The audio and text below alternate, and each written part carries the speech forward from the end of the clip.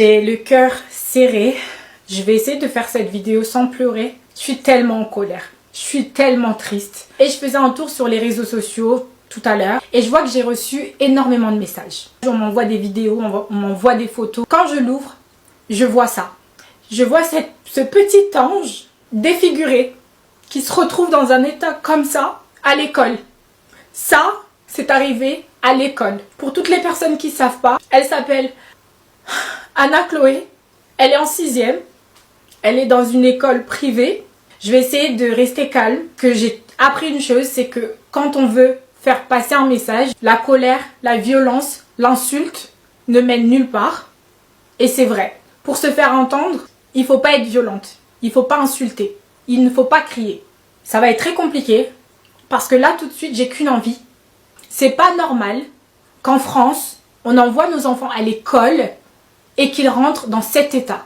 C'est pas normal qu'on paye une école, parce que c'est une école privée, donc on paye cette école, et qu'on récupère son enfant à 17 h dans cet état. Emmanuel Macron, là je vois que tu es bien occupé, tu prépares ta campagne, tu nous parles du pass sanitaire. Les enfants aussi, c'est un sujet grave. Aujourd'hui, Anna Chloé, elle est rentrée à la maison défigurée parce qu'elle subit de l'harcèlement. On dit à nos enfants qu'il faut dire quand il y a un problème, quand ils subissent quelque chose de ce genre-là, il faut en parler. Il faut en parler aux professeurs, il faut en parler aux parents. Mais quand ils en parlent aux professeurs, rien ne se passe. Quand les parents alertent les directeurs d'école, rien ne se passe. Qu'est-ce qu'on fait? On envoie ses enfants à la mort ou on les envoie à l'école? Pour moi, quand on envoie un enfant à l'école, c'est pour l'éducation, c'est pour qu'elle apprenne des choses, qu'elle étudie, mais sûrement pas qu'elle rentre à la maison dans cet état ou qu'elle rentre à la maison pour se ôter la vie parce qu'elle subit ce genre de choses. Donc Emmanuel Macron et le ministre de l'Éducation, qu'est-ce que vous faites? Qu'est-ce qu'on va faire pour Anna Chloé? Et qu'est-ce qu'on va faire pour tous les autres enfants qui subissent de l'harcèlement où vous ne faites rien? Parce qu'on a bien compris que les établissements scolaires, quand il y a ce genre de choses qui se passent dans leur établissement, ils préfèrent adopter la politique de l'autruche. Faire comme si on n'avait rien vu, rien entendu. C'est rien, c'est pas grave, c'est que des enfants. C'est des querelles entre enfants.